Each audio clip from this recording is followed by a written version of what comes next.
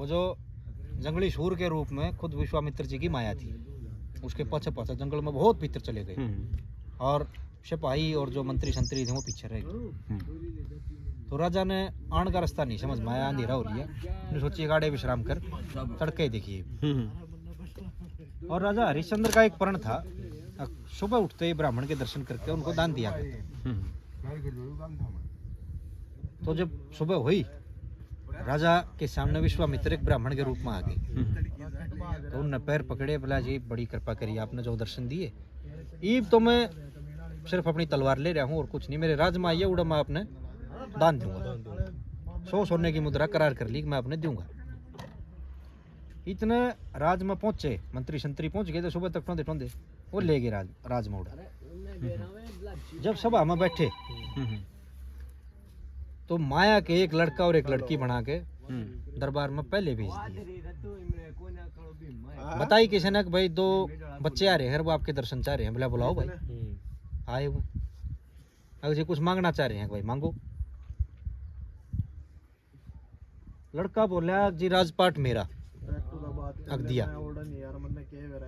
लड़की थी क्या तू मांग, बोला सारा जितना भी राजकोष है यूं मेरा अग दिया। दोनों चीज दे ही गई। इतने में विश्वामित्र पहुंच गए उसी ब्राह्मण के रूप में। मेरी 100 मुद्रा दे। अगला भाई दे। बोला जाओ रे ले आओ राजकोष में 100 मुद्रा। और लड़का बोला महाराज मेरे ती राज दे रखा है, आप आदेश दूंगा तो मैं दूंगा, आप कौन हो आदेश देने वाले। राजा खुद उठकर लेने चले। लड़की बोली महाराज राजकोष मेरा है, आप किस अधिकार से दोगे, या तो परण हार जाओ। हाँ बोला नहीं परण नहीं हारेंगे। राजा ने रानी मदनावत और रोहतास नाम का जो लड़का था, जिसके नाम से बिहार में तो आज भी वो रोहतास जगह का नाम है और अपना रोहतक भी उसी नाम से धरा गया है। तो वो तीनों ने सलाह करी अगर हम क्यों ना अपने आप पे न बेच दें राजा होते हुए और इसकी 100 मुद्रा पूरी कर दें। तो चौराहे पर जाकर उड़ा खड़े होकर रुके मारे हैं कि भाई 3 प्राणी हैं, कोई मोल ले लो। राजा को कालिया भंगी ने मोल लिया 35 मुद्रा में और 65 मुद्रा में रानी और वो लड़का उनको मोल ले लिया। ऋषि की 100 मुद्रा पूरी करके दे दी। मैं भीड़पड़ी की बात कर रहा हूँ, जैसे आप भगवान श्री राम की बात कर रहे थे। राजा हरिश्चंद्र पर कैसी भीड़ पड़ी है। शाम तक सारा सौदा ठीक था, तड़के सब कुछ जा लिया। उसके बाद पूरा जीवन भंगी के घर उड़ नौकरी करी। आज काशी जी में जाओगे तो कालिया भंगी के नाम तो वो जो घाट है जड़ा वो होया करे संस्कार होया करे। पहले सूर छकाने की नौकरी दी, अग भाई आड़े तो पानी भर अरे सूरा न पानी पियाए जा, वो नहीं करया, हो नहीं पाया। राजा ने उड़ा जब नहीं काम पूरा हो पाया कई मटके फोड़ दिए और 28 रोज बीत गए, राजा ने अन्न नहीं खाया। क्योंकि कुछ लोग न्यू कहते हैं कि भाई वो जात का भंगी था इसलिए उसका अन्न नहीं खाया, लेकिन ऐसा नहीं होता। अगर इस विषय को पूरा समझना है, हमारे पहले जात पात ठीक होने वर्ण व्यवस्था होया करती। वर्ण व्यवस्था के अनुसार आज कोई ब्राह्मण है, ब्राह्मण के 6 कर्म हैं, विद्या लेना विद्या देना, दान लेना दान देना, यज्ञ करना और करवाना, ये 6 कर्म है। ये 6 कर्म जो मनुष्य पुराने टाइम में कराया करता वो ब्राह्मण हुआ करता, चाहे वो किसी के भी पेट से पैदा हो रहा हो। अब किसी ब्राह्मण का पैदा होया और उसने जो है शास्त्रों का अध्ययन नहीं कराया, उसने सोचा अगर भाई तू शस्त्र उठा और तन्ने जो है रक्षा करनी है राज्य की। तो उस ब्राह्मणी के पेट से जो पैदा हो रहा है वो लड़का जिसने शस्त्र उठा लिए वो क्षत्रिय हो गया। ठीक, उसका एक लड़का अगर न्यू सोच लिया कि इतना तो व्यापार करना है, तेरे बस का यू विद्या का सिस्टम नहीं है। व्यापार क्या हुआ करता, खेती करना बनज व्यापार ये हुआ करता। तो जो किसानी कर गया उस टाइम पे वो वैश्य हो गया। और जो न्यू सोच गया कि भाई ये तीनों कर्म तेरे बस के नहीं है, तू तो किसी का साझी लायक जा सेवा कर ले और तेरा बेड़ा पार हो जाएगा, वो हो गया शूद्र। इसमें कोई छोटा नहीं कोई बड़ा नहीं। इन कर्मा ने अगर आगे चल कर कोई न्यू सोचा कि मैं अपना वर्ण बदल लूँ, मान लो वो शूद्र है, कल को उसने जो है शास्त्रों का अध्ययन कराया किसी गुरु के मार्ग में बैठकर और वो जो है प्रगाढ़ विद्वान हो गया। विद्या देना विद्या लेना दान लेना, दान देना, यज्ञ करना और करवाना, ये कर्म शुरू कर दिए, वो ब्राह्मण हो गया वापस। तो ये हमारे समाज में कदे भी इस प्रकार का वो था कोन्या आग भाई यो जाटनी का पैदा हो रहा थी, यो जाट हो गया, यो कुमारी का पैदा हो रहा थी, यो कुम्हार हो गया। कर्म प्रधान है जी, है मतलब कर्म प्रधान है। हमारा ये था कि भाई किसका जो वर्ण है ना वो कल को उसको अगर चाहा अपने कर्मों के अनुसार बदल भी सके, लचीला, ठीक है। तो ऐसे में क्या हुआ है, शूद्र का मतलब है जो तीनों वर्णों की सेवा कर रहे हैं, ठीक। तो सेवक का कभी भी खाया नहीं जाया करता, जैसे आज भी लड़की का नहीं खाते मारे, कोई कारण होगा इसका भी, कौन है ना। तो वही था, इसलिए उन्होंने भोजन नहीं कराया, अपना वर्ण देखते हुए, वर्ण अपना उन्होंने बनाए रखा न्यू का न्यू। भले ही मैं इसका सेवा कर रहा हूँ, लेकिन कर्म आज भी मेरे वही रहेंगे। इसलिए हरिश्चंद्र ने उनका जो भंगी उनका था, खाना नहीं खाया। 28 रोज बीत गए, शरीर में इतनी कमजोरी आ गई, अब जो है मटका भर कर चल रहा है और धैड़ पड़े, मटका भर कर चल रहा है धैड़ पड़े, कई मटके फोड़ दिए।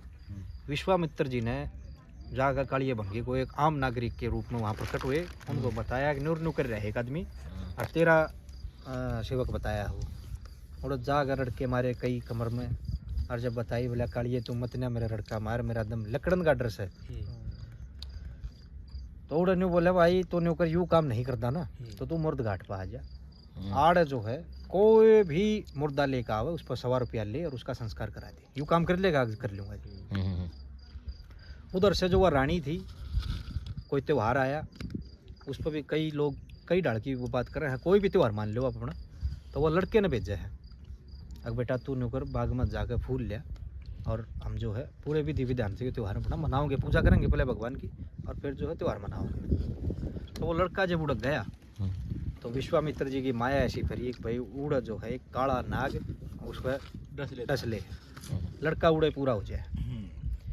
अब मुर्द घाट पर राजा हरिश्चंद्र पहुंच गए, वो लड़के ने लेकर जा है, उसके पास कुछ नहीं, वो 100 रुपये मांगा।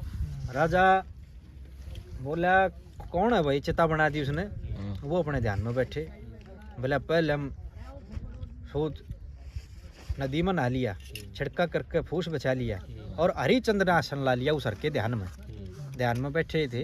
इतने में जो गंध चढ़ी है भाई किसी ने जो है चिता जला दी, कुछ जलने की गंध आ रही है, आँख खोल के देखा चिता जलन लग रही, उड़ जाकर जल्दी चिता में लात मारी और बोला क्या कर रही है, आड़े का रूल नहीं बेरा, 100 रुपया दे और इसका संस्कार करा ले।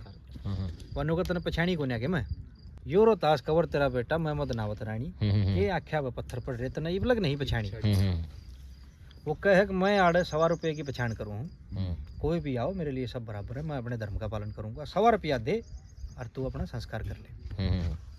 रानी ने अपनी आधी साड़ी काट के दे दी, अगले या 100 रुपये तो बत्ती होगी, बोला इसकी मैं पूछ खाऊंगा, मेरे तो हुक्म जो है भाई 100 रुपया लिया और इसका संस्कार करा। उड़ गया कालिए दौरा जाकर बोला भाई एक न्यू बेचारी आ रही है और उसने 100 रुपया दिया नहीं या साड़ी दी है या देख ले लेंदा हो तो।